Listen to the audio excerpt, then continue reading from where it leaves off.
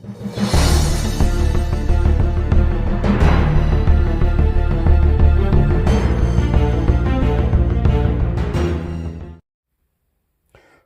afternoon. Happy Savage Saturday. Keeps up the cash. Gary B, the casual comic guy here. And today, guys, we're here to talk about the new Solomon Kane series out from Titan Comics under the helm of Mr. Patrick Zurcher, who has written and drawn, illustrated a few stories in the Savage Sword of Conan magazine, the new one from Titan, and also in the story Battle of the Black Stone, where he was a guest character. But this is his first solo comic under Titan, and I believe it's been something like 14 years. I could be wrong about that since he's had a solo title, and that was over at Dark Horse.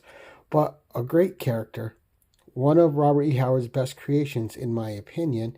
And we'll just take a look at some of these covers as we're talking. And I was super excited when Titan Comics got the Howard IP from Heroic Publishing, and they teamed up to bring us all these fantastic characters, right? From the Robert E. Howard Pantheon. Now, I hope we have some great stuff ahead of us. Solomon Kane was the one I was second most excited to get. And hopefully Dark Agnes will be great as well. But Solomon Kane, to me, is second to Conan in my love of Robert E. Howard characters. He is a sword-wielding Puritan, and he has a pistol, and he has a juju staff. Now, the juju staff is in direct contradiction to everything he believes in, but he cannot deny its power and the good it's done in his hands. And that is one of the great things about this character, right? Solomon Kane believes he is on a God-given mission to destroy and abort evil wherever he may come across it and abolish it. He just does not give up. If he runs across something, he believes it is his mission to take it on, and he will do whatever he can to accomplish that mission, even if it means his death in the end. Now, he views himself as a protector, and he is just a strong spirit, and like a lot of Robert E. Howard creations, his sense of self is well established with him, and he just totally believes in him, his mission, and what he has to do. So how is he being portrayed in the Titan Comics? And we're going to get into that. If this series that just started, and I think it's either 4 or 6 issues, but is it worth your hard-earned dollars? Should you be buying Solomon Kane from Titan Comics? And we're going to get into that. We're going to go through, and we're just going to give you a peek inside. And we're going to talk about what is going on with this series and why I believe it is definitely worth your money. Now, again, a great character. And in this series, Patrick Zurcher has a strong understanding of what makes Solomon Kane tick. He knows what this guy struggles with. He knows he struggles with the good he does, with the weaknesses he perceives in himself. He knows he struggles with the day-to-day dealings of what his duties are to civilization, to his religion, to the people. And we're going to take a look at the art. Now, we've had just some incredible Solomon Kane art from Patrick Zurcher in black and white in the Savage Sword of Conan magazine. But here, and you get the map, of course, we'll hold it up. Just looking spectacular. But here in these pages, you can just see how beautiful all of this is, right? The Puritan's path. And Patrick Zurcher just brings us an incredible tale. And we start out in Africa, and there's some goings on. People are dying. We have a guy that is trying to get home to his brother and give him something that has to do with the serpent ring, right? And the first issue here is called A Dead Man's Promise. Now, Solomon Kane is part of a raiding party on this guy's ship. So he is in service to the queen. He is not feeling like he is doing his Lord's justice by doing this. This is a different duty he feels bound to do as an Englishman. He is not happy about it, though. So he's on board with this crew, And we're not going to get deep into the story. We're going to try to keep it spoiler free, but we're going to give you the first basic plot elements of it. So with this, he ends up slaying this guy who was on his way home. And the guy had survived all these trials and tribulations in Africa just to get the thing he was after. Now, what is the thing he was after? Well, you see it right here in the corner. It's a snake statue, right? But there's something about it. And you'll find out more as the story progresses. But we're setting up. This whole first issue is just setting up. And then you start getting more into the story in the second issue. Now, one of the things I want you to pay attention to in this series, in these first couple books, is the attention to detail to not only the characters, but the settings, the surroundings, the shots, the angles that Patrick Zircher is choosing to display the story. Especially when you are dealing with a father and daughter. And look at this setup here with Solomon Kane in the rain, passing through the mouth, and just amazing shot. Absolutely gorgeous artwork. And he, of course, can't go anywhere without being beset upon. Now, these guys are after what Solomon Kane has found on there. They are being sanctioned by someone else to bring this to them.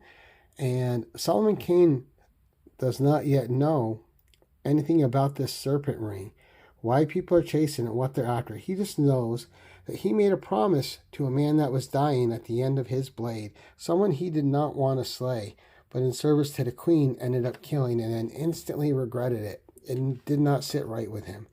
Now, I want you to pay really good attention to these panels. Just look at the detail of art.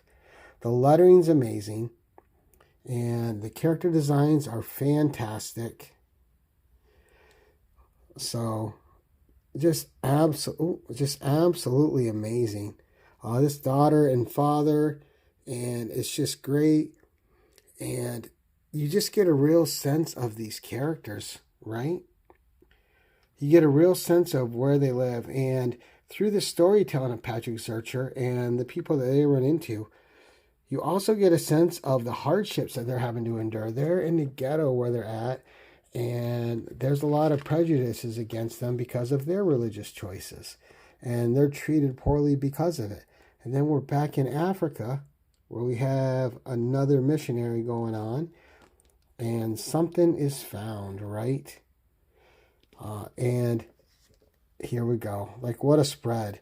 Now, if you take a close look, all right, so this is a serpent man. It can only be in service to Set. And then things are just starting to go crazy. Solomon Kane enters.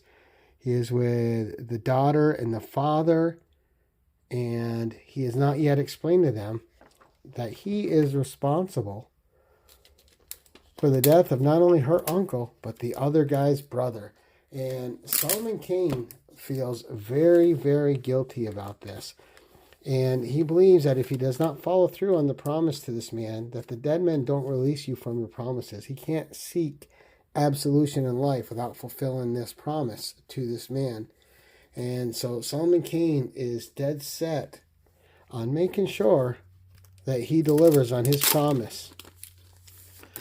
All right, and as our second opens, we get our map again, right? Just absolutely gorgeous. And you see the missionary priest in Africa, and he's studying the serpent skull that was found. And we're going to stop going through this soon because we really want you guys to discover the rest of this story for yourself. Now, look at this gorgeous art. What an entrance. What just a beautiful setup. The coloring's great. The lettering's incredible. The art is top notch. And bad things are afoot. But Solomon Kane, you see a burning there. Here's Solomon Kane. And he's finally lets them know that her uncle, his brother, died. And, you know, Abramo bin Said and his daughter here, they're saddened. And they ask Solomon Kane what he brought. Now, they solved the mystery. It was a worthless statue, but she finds something hidden inside. But Solomon Kane Abramo and his daughter are not the only people who are after it. And that is where the story really starts to take place as Abramo goes into a little history here of the serpent ring. And they were searching for it, and that it belonged to Thoth Amon. And then we know we're really going to get into the supernatural as the story progresses. You see her shattering it. She finds the map inside. And as soon as they have found what they're looking for, they are set upon by the same bandits who tried to kill Solomon Kane. And our story starts kicking off. Now, what happens here is they end up having to work together so the map's not destroyed. And they set off on a mission to find the serpent ring and the treasure themselves. Now, can Solomon Kane trust them? No, he is seeing through his vow, which he already accomplished by bringing it to Abramo and his daughter. But he's taking it further, and he's going with them to protect them because he doesn't trust the brigands that were going to slay them anyway until she threatened to burn the map.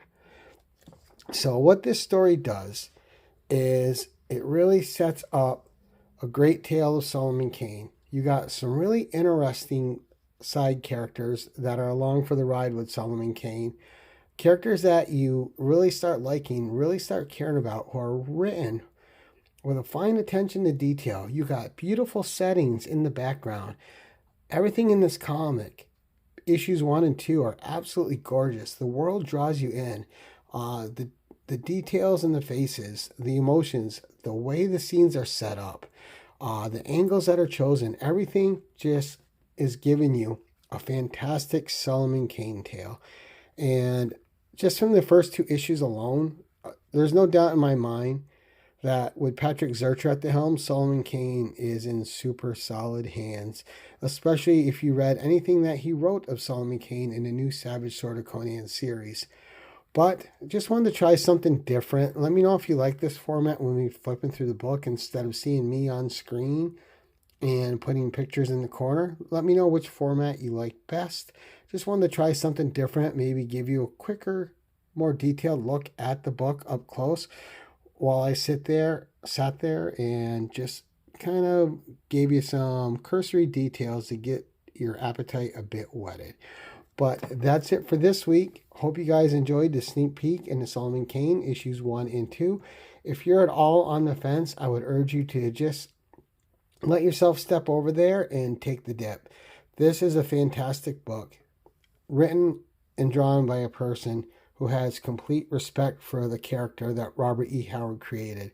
And if you're a Robert E. Howard enthusiast, I think you'll like his take on Solomon Kane.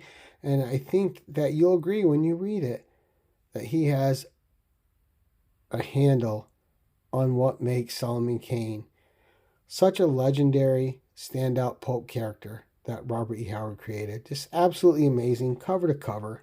Absolutely love it. But that's it for this week, guys. Thank you so much for watching. And until next time, keep it casual.